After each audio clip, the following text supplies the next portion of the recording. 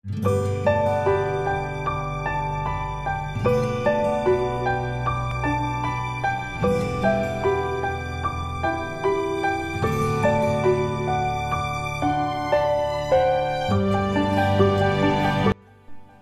tidak tahu video perjalanan ini mau dibuat sesinematik apa.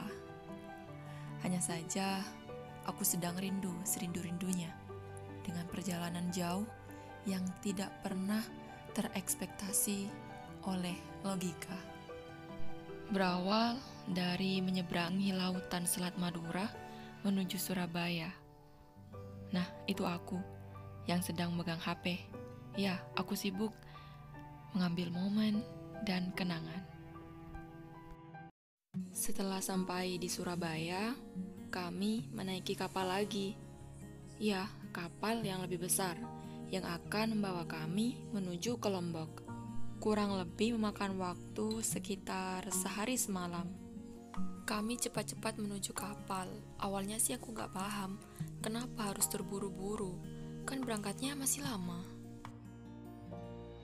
Ternyata setelah mereka jelaskan, aku baru sadar. Oke, nanti aku jelaskan lagi. Taruh sepatu dulu dan kemudian masuk. Ini adalah makanan yang kami bawa dari rumah sebagai bekal. Dan ini adalah suasana di dalam kapal. Oh iya, kenapa harus cepat-cepat? Karena kita harus mencari tempat istirahat yang nyaman. Kalau tidak, kita akan tidur di luar. Kapal melaju dengan cepat, rasanya tak sabar ingin segera sampai di Pulau Lombok. Oh ya, nanti akan ada surprise, kejutan dari samudra lepas. Ya, Mbak Primadona yang sedang bermain. Mereka melompat-lompat dengan gembira. Anehnya, ketika melihat di pertunjukan, tak semenarik melihat di samudra secara langsung. Hari mulai berganti. Jingga mulai menyapa di langitnya. Izinkan kulukis senja, mengukir namamu di sana. Ya, kok malah nyanyi? Ya sudahlah, intinya senja takkan indah jika tak ada yang terindah. Lalu siapa? Aku pun tak tahu. Tanyakan saja pada senja. Setelah sehari semalam kami di perjalanan, akhirnya kami sampai di Pulau Lombok. Welcome to Geopark Rinjani. Alhamdulillah. Setelah menginap semalam di base camp, kami memulai pendakian keesokan harinya. Nah, di sini kami menuju ke pos perizinan. Oke, kita ada di mana?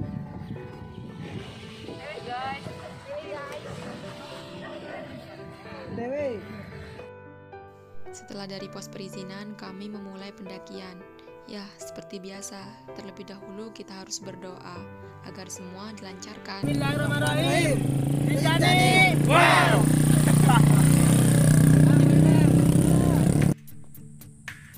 Oke guys, ini trekking kita mulai.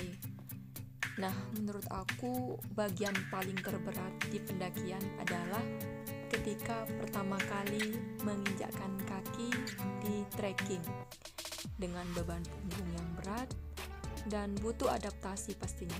Nah, itu aku semangat. Ya, lihat aja, itu perjalanan masih panjang sekali. Namun setelah melewati beberapa tanjakan, punggung pun mulai terbiasa dan kaki pun sudah lihai berjalan. Jadi semua hal itu harus dibiasakan guys. Bisa karena terbiasa. Nah, uniknya di Rinjani ini kita akan menemukan porter namanya. Jadi bisa menyewa porter untuk membawa barang-barang kita begitu.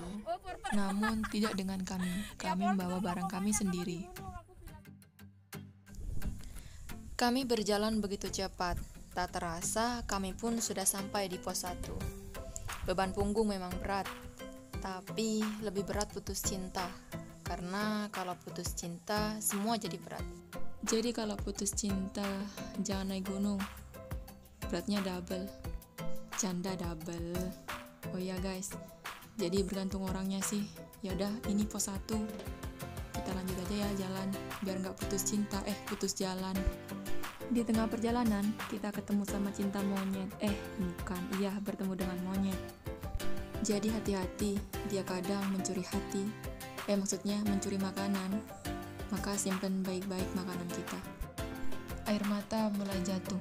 Maksudnya air hujan mulai turun. Dan tampaknya semakin deras. Namun tenang, jas hujan sudah siap. Meskipun hujan menghadang, kita tetap jalan. Oke, kita menyeberang sungai.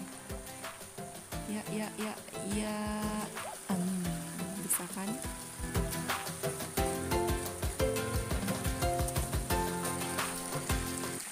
Hujan yang basah, dingin yang menggigil, tentu tak akan menyulutkan perjuangan kami.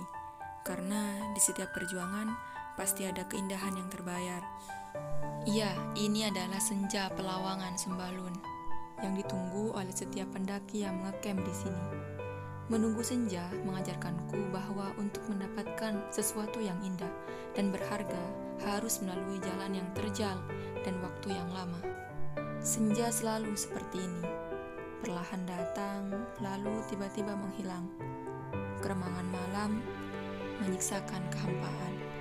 Untungnya aku bukan anak senja, melainkan aku lebih menyukai bersama siapa aku menikmati waktu senja. Namun sepertinya bukan sekarang. Waktu istirahat telah selesai. Kini saatnya kita mulai summit attack. Sekitar pukul 1:30 kami sudah siap-siap menuju puncak Rinjani. Sebelum mulai perjalanan, kita briefing dulu dan berdoa, karena berdoa tidak akan pernah selesai. Perjalanan dimulai. Senter-senter mulai menyala. Nafas mulai terengah-engah. Gelap, hitam, dan pekat menyelimuti perjalanan kami. Fajar sepertinya mulai datang. Sang primadona mulai terlihat. Iya, Segara Anak namanya. Yang biasanya dilihat di uang 10.000 zaman dulu, kini di depan mata. Puncak semakin terlihat. Ya, hanya terlihat. Jauh di kaki, namun dekat di mata. Guys, puncaknya di sebelah sana. Kita menuju puncak Rinjani. Guys, it's over my head. I'm standing here right now.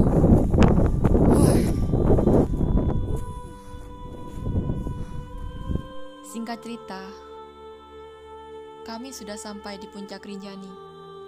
Tinggal menghitung langkah.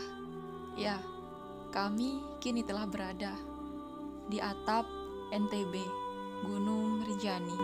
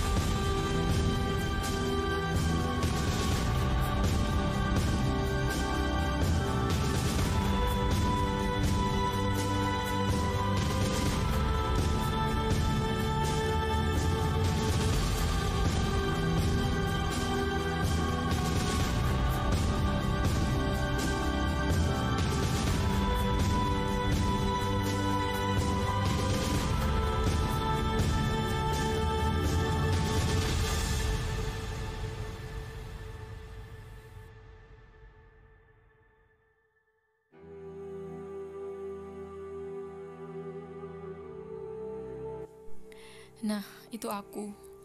Entah berbicara apa saat itu. Intinya, rasa terima kasih kepada rombongan, kepada tim, kepada semua yang mengajakku ke sini. Terima kasih, dan ya, hanya memang terima kasih yang dapat aku ucapkan. Di tahun 2021, kalian memberikanku kenangan yang takkan pernah kulupakan. Terima kasih Keong Adventure, Kuntulan Camp, dan teman-teman semuanya.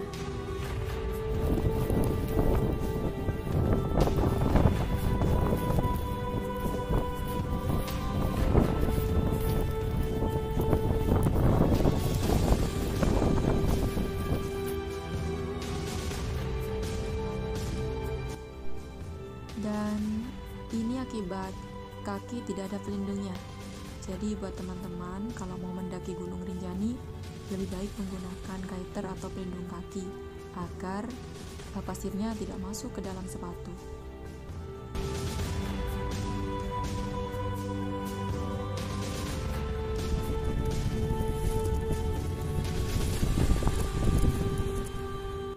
I used to come here not because I was broken heart. I just want to heal myself. I just want to heal my feelings, to see the nature and forget all the pains. I just realized that broken heart doesn't mean broken life. Just look at yourself and see how much you can grow, how much you can move on. Don't let them break down your passion. You are never too old to set another goal or to dream a new dream. This is your world, this is your life. Life must go on. Thank you for all this beautiful nature, to heal my feelings, to heal my life, to heal everything on me.